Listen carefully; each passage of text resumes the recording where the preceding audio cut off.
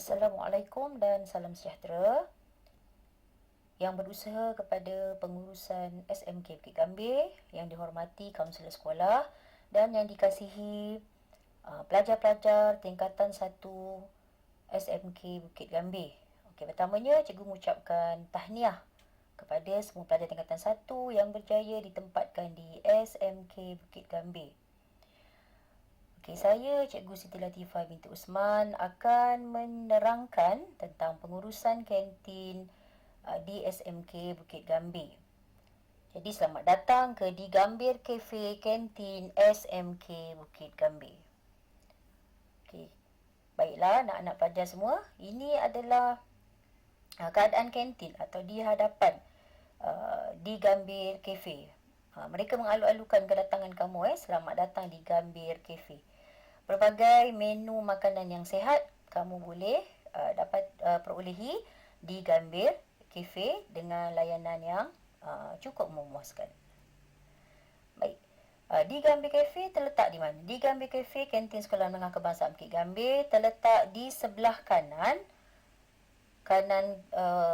blok bangunan kelas selepas kamu masuk pintu pagar utama sekolah.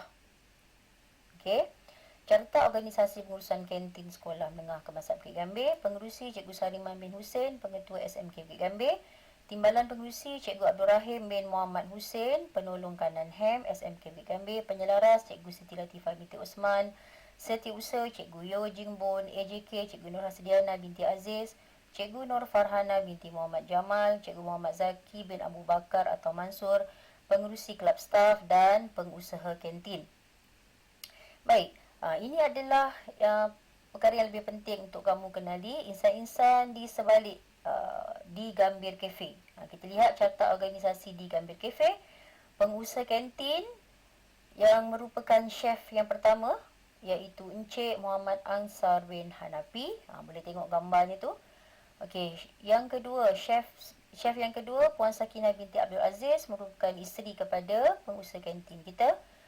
Pembantu kantin 1 Encik Muhammad Afiq Najmi bin Muhammad Yazid. Pembantu kantin 2 Encik Muhammad Nur Izwan Nizam bin Melan. Pembantu kantin 3 Encik Muhammad Fauzanuddin bin Muhammad Yazid.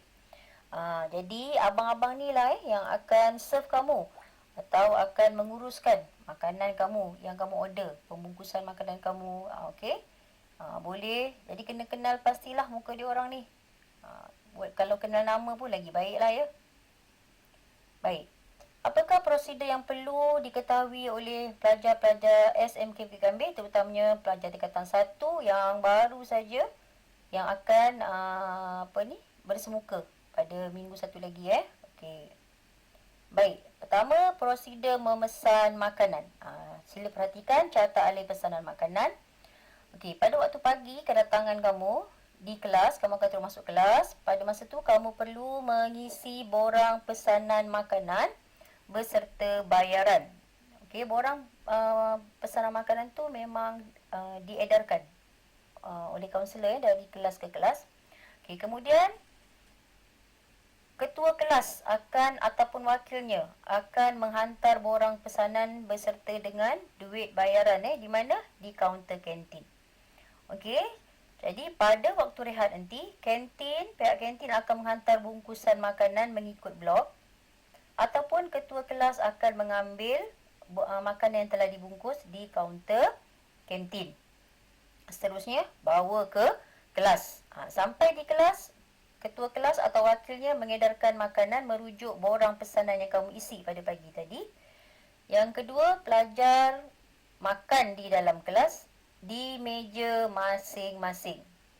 Selepas makan, okey, apa kamu perlu buat? Bersihkan meja, pastikan tiada sisa-sisa makanan. Kemudian buang pembungkus makanan dalam tong sampah dan cuci tangan. Okey, biasanya tong air untuk mencuci tangan tu ada disediakan di koridor kelas. Ataupun pelajar boleh pergi ke tandas dengan minta izin kepada guru semasa kamu sedang makan di kelas, guru mata pelajaran sebelum rehat akan menyelia kamu. Okey. Baik, ini adalah contoh borang pesanan makanan. Okey. Jadi kamu akan tulis nama kamu kat sini. Contohnya Siti. Okey, Siti Latifah.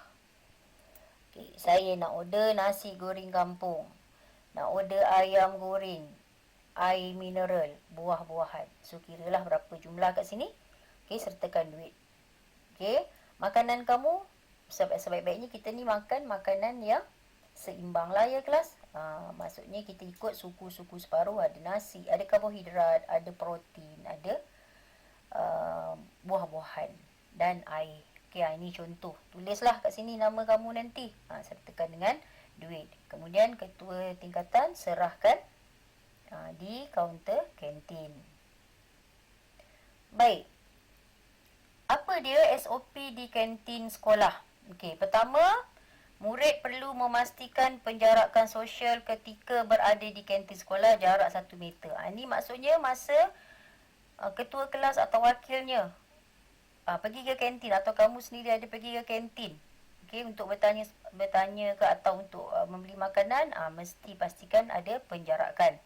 Yang kedua, murid digalakkan. Saya tak apa setuju lah digalakkan. Murid sebenarnya diwajibkan lah kat sini. Wajib. Okey, memakai pelitup muka. Okey, yang ketiga, pemakaian pelitup muka wajib kepada murid tersebut jika bergejala. Ini lebih-lebih lagi lah kalau yang bergejala.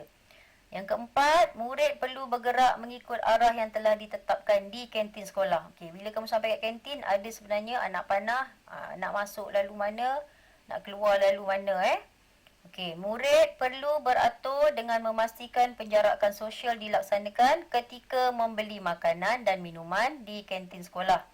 Murid tidak boleh berbual dengan murid lain dengan kedudukan rapat di kantin sekolah. Okey, seterusnya sila maklumkan kepada guru dengan kadar segera jika kamu berasa tidak sihat. Faham Okey, ini pun kamu dah biasa. Sekolah rendah pun SOP di kantin sama kan? Baik, arahan semasa waktu rehat. Ini penting. Apa yang kamu perlu buat semasa waktu rehat? Pertama, murid berbaris turun dan beratur di kantin untuk membuat pembelian makanan atau minuman. Pastikan jaga jarak sosial 1 meter. Okey, untuk kat sekolah kita, tadi kita dah isi borang order makanan. Jadi yang nak berbaring siapa? Ketua tingkatan ataupun penolong ataupun wakilnya masa nak ambil makanan.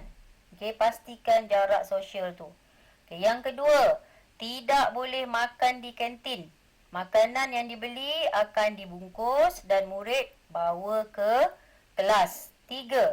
Makan di dalam kelas di tempat duduk sendiri. Ini penting, di tempat duduk sendiri. Sebab kita ada dapati mereka cuba makan berlonggok-longgok macam dekat warung konon-kononnya. Tidak dibenarkan berkongsi makanan dan minuman. Okey. Yang keempat, ini sangat penting, jaga kebersihan diri di dalam dan di luar kelas. Pastikan tiada sisa makanan ditinggalkan.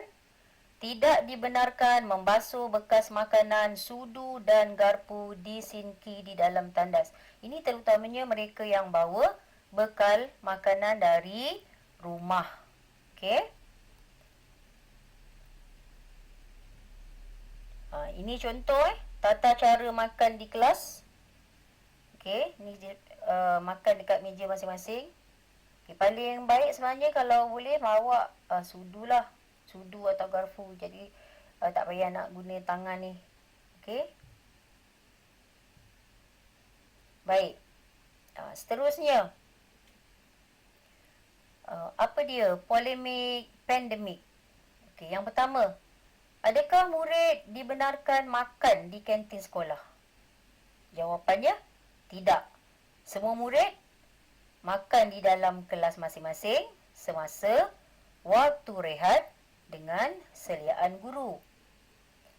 Yang kedua, adakah murid dibenarkan membawa bekal dari rumah? Ya, tapi bekas makanan atau sudu atau garpu yang digunakan ataupun bekas bekal kamu tadi tidak dibenarkan dibasuh di sinki dalam tandas sekolah. Yang ketiga, Adakah makanan tidak halal dibenarkan dibawa sebagai bekal sekolah? Jawapannya tidak.